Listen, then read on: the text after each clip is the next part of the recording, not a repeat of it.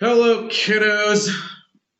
We're going to move into our last play for the semester and kind of going along with that for the course. Not the way I would like to do this, but I honestly love this play too much to not go over it with you because I think, especially given how you like Inspector Calls, I think you're really going to like this one. So we are going to start doing stuff with Death of a Salesman. It's going to be a bit truncated. We're not going to do as much as we did with the previous three just because of time and being virtual. But I still want to go through this because I think this is considered one of the great American dramas for a reason.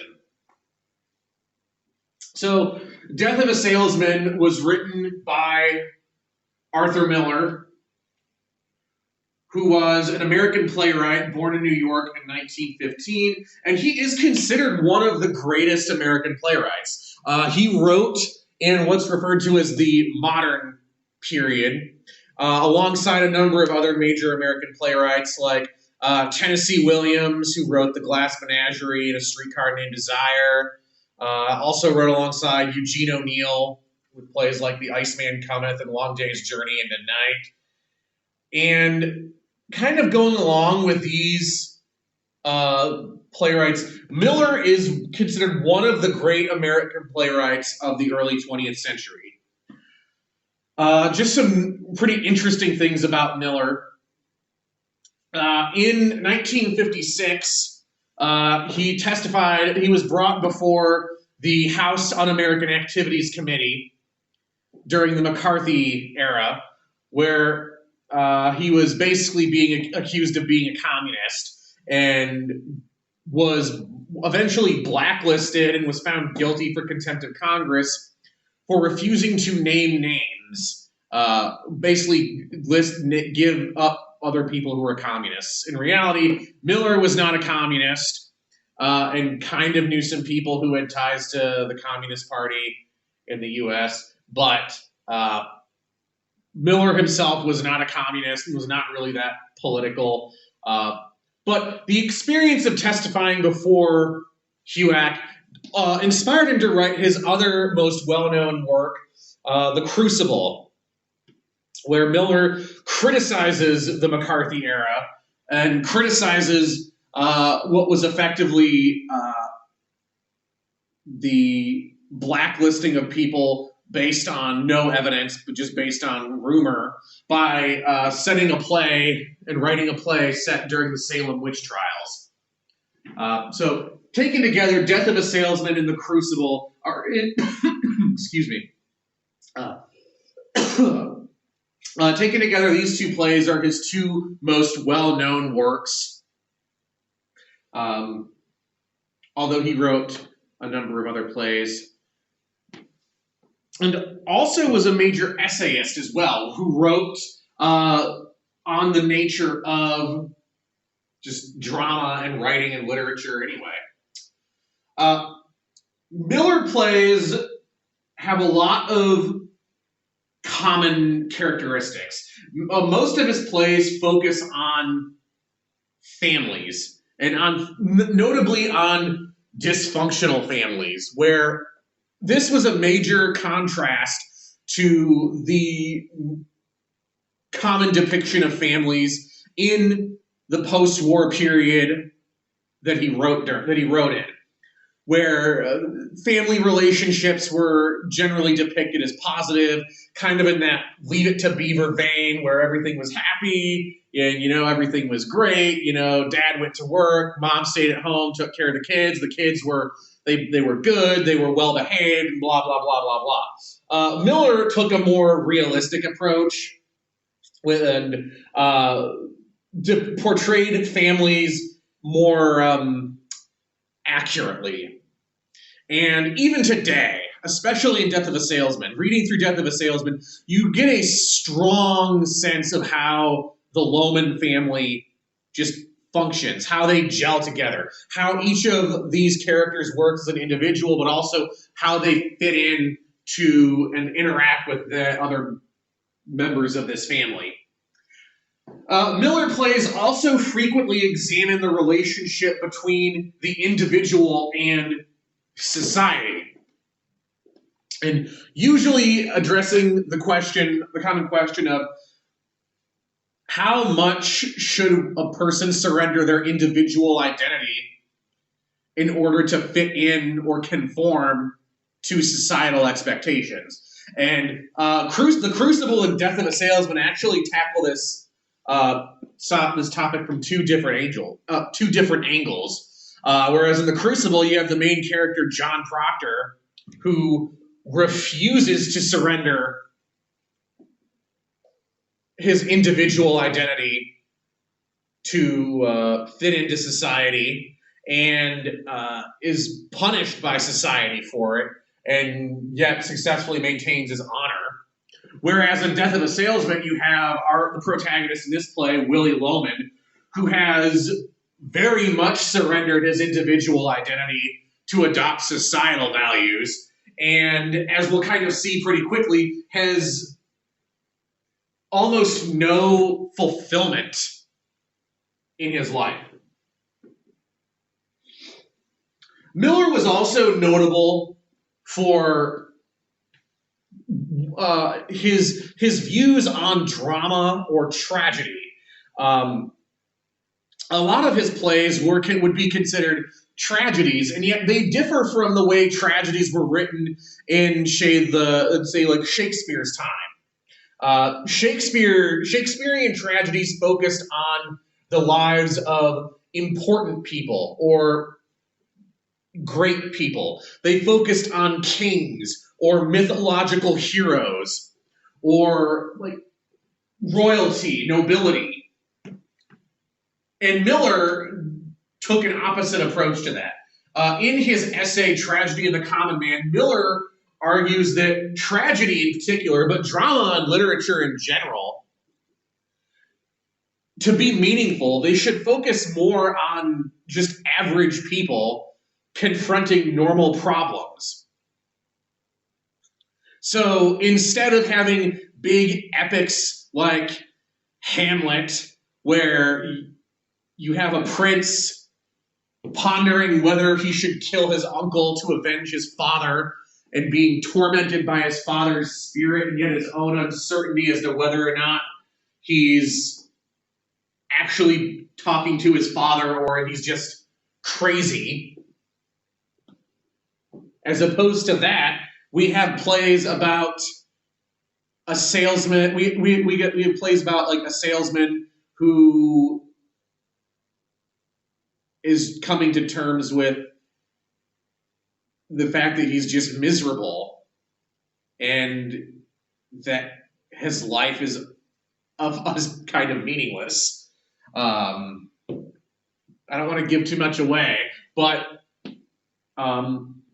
there's something very powerful about Miller's attitude in Miller plays, and people like him writing about average people dealing with normal problems, which I think is why these plays have endured for, admittedly not as long as Shakespeare, but have endured for, at this point, going on 70, 80 years, and are still considered classics. Anyway, so Death of a Salesman was first published in 1949 and was recognized at the time as being a landmark piece of drama and writing.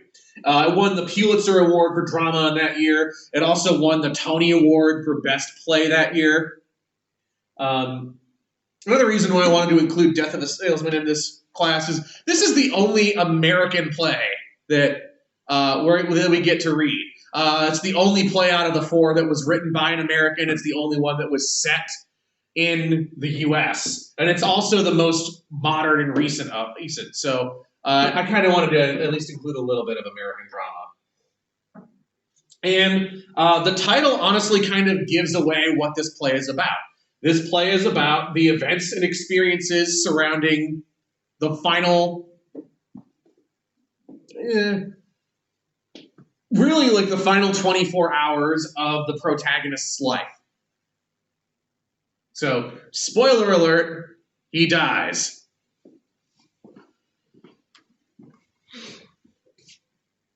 So who is he? Well, so first off, I'm going to differentiate between the major characters, which are the Loman family, and then you have the minor characters, the side characters. So within the main characters, the Lomans, our protagonist is Willie Loman, who is a middle-aged traveling salesman. Notably, it is never revealed in the course of this play what it is that he actually sells, and that's kind of the point. The point is not that he sells something. The point is that he's a salesman. It's not really important what he sells. That just kind of ties into the major themes and the points of this play. And as I've already kind of hinted at, Willie is near the end of his career as a salesman and spends a lot of his time reflecting on his career, and notably his career shortcomings and debatably his failures. The only major female character in this play is Linda, who is Willie's wife.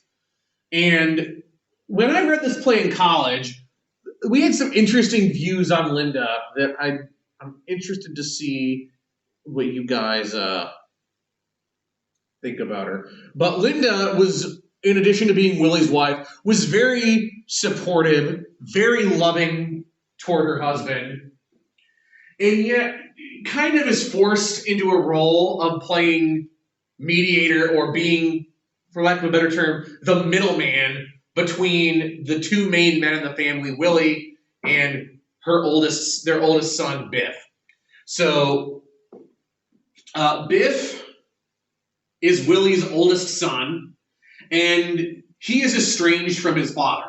They do not get along, and over the course of the play, it's revealed why. So I'm not really going to get into that because it does deal with some major reveals and spoilers. But they do not really get along, although they both want to, and they both want to try to have a good, healthy father-son relationship. But despite their best efforts, it's kind of revealed over multiple times that they can't. Just because of their outlooks, their values, and the thing that I'm not going to spoil, they just can't really get past that. And then the fourth member of the Loman family is Happy. Real name is Harold, but he goes by Happy, who is the youngest son. And Happy goes out of his way to model himself on his father. And what's also really interesting about this play, a lot of this play takes place, at least a significant portion of this play takes place in the form of flashbacks, where Willie will reflect back to a time like roughly like 15, 20 years in the past, back when Biff and Happy were in high school, and just remember that time. So, in addition to seeing the characters at the current point in the play, 1949, we also get to see the characters set back in the late 1920s, like 1928, 1929 as well, where we get to see what their relationship is like, and what their relationship used to be like, which is pretty interesting. Other important things to note, so in the flashback sequences, again, Willie is still a traveling salesman. Biff was a football star in high school. It mentioned that he was the star quarterback of his high school team, to the point where he was being scouted by colleges and potentially could get a scholarship to go to college from that. And that's another important thing to note about Biff. Minor characters then are the side characters. We have Charlie, who is Willie's neighbor, and Charlie serves as a foil to Willie. They're roughly the same age. They both have like those white collar office type jobs. I think Charlie's a lawyer. I think he's a lawyer. or an insurance or something like that. Actually, it's never made clear what Charlie does. But Charlie is meant as a foil to Willie, which we'll see a bit later. And Charlie's son, Bernard, serves as a foil to Biff's. So Bernard, again, Charlie's son, a foil to Biff. Most of the time when we see Bernard is in flashbacks, where we see that he was a high school friend of, a high school friend of Biff's. Bernard was this kind of a nerd, or like the smart kid in high school. And Biff really he really looks up to Biff. He idolizes Biff. And Biff kind of keeps him around because Bernard will help him with his homework, and usually just do it for him. When we see him later on in the present, or in the present, there's a pretty significant transformation or change there, which is pretty cool and interesting to see. Then you have a character who only ever appears either in flashback or is basically an aspect of Willie's memory, Ben. Ben is Willie's older brother who died sometime before, within the few months before the play. And Ben notably was a diamond tycoon. He mentions that as a young man, in contrast to Willie, who basically moved to the city, got married, and became a salesman, Ben went just around the world and basically just kind of went exploring in the jungle and wound up finding diamonds and became this ludicrously rich diamond tycoon. And Ben and Willie didn't spend a whole lot of time together after they were kids, but what we'll see based on the flashbacks is that Willie really does look up to his older brother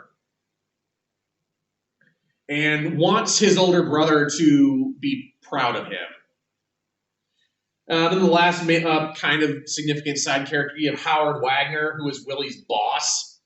And notably, the thing about Howard is that Howard is the son of the founder of Willie's company. So Willie was hired by Howard's dad, has known Howard his entire life. When Willie got hired, Howard was a little kid.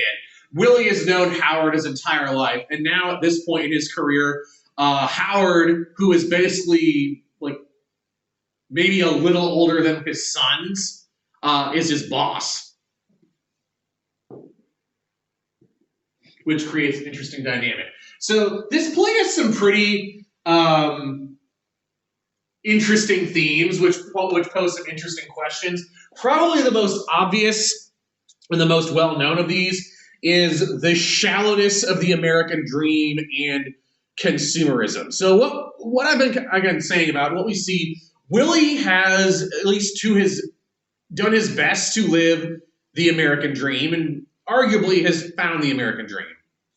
He has a house, he has a wife, he has a family, he has a job, he has a middle-class standard of living, middle class across the board, has all the things that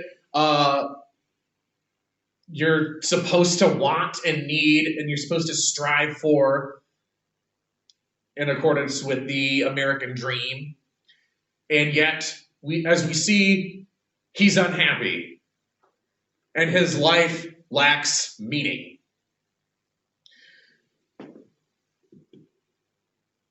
And it really kind of asks the question of, why is it that people work jobs they hate, or work jobs that don't bring them any joy or fulfillment? And the answer that's generally given is to buy stuff, to have stuff. And the play really kind of takes a hard look at, that you can have stuff, but will stuff bring you fulfillment? And kind of piggybacking off of that, the play toys and asks and ponders the nature of success and honestly even greatness. The play asks, well, I mean, Willie is consumed with his need to be considered and viewed as a success by his family, by his friends, by society. And kind of because of Willie's fixation on being considered a success, the play poses the question of what is success? What does it mean to be a success? What does it mean to be great? And what does it take to be successful? Or what does it take to be great?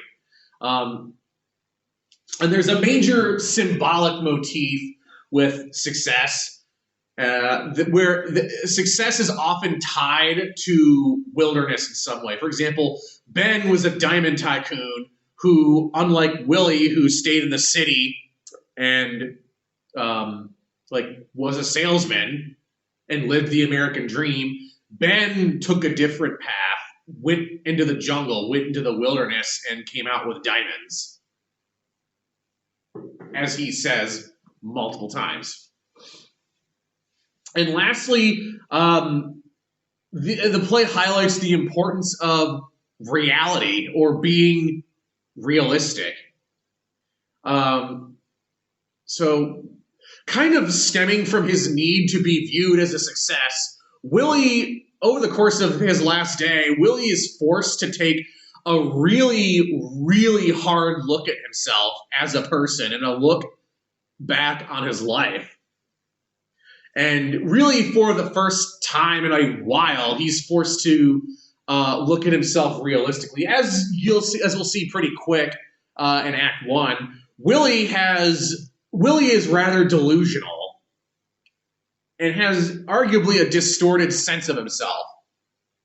And this play really puts forth the notion, notably through Biff, his son, that in order to find happiness and finding happiness and finding fulfillment requires that a person really needs to know themselves. It's like if you want to be happy, you can't ignore the realistic nature of your life, because otherwise, how can you possibly fix that? So again, I really like this play. This play has a lot of themes that I really like. It's a bit shorter. It's whereas all the other plays we've read have been 3 acts. Death of a Salesman is only 2 acts. So the acts, they're a bit longer than the acts we've been used to reading, but there's only 2 of them. So I'm really interested to see what you guys think of this play. And I know you still got like your inspector calls essay and stuff to work on, so you're not going to get too much work associated with Salesman. But I do want you. I am interested to see what you think and what your impressions of this play are. So, kind of to close, if you have missing work, get your missing work in. Help me help you. And maybe I'll see you before the end of the semester. Maybe I won't. Who knows? We'll find out. But take care, guys, and I will talk to you later.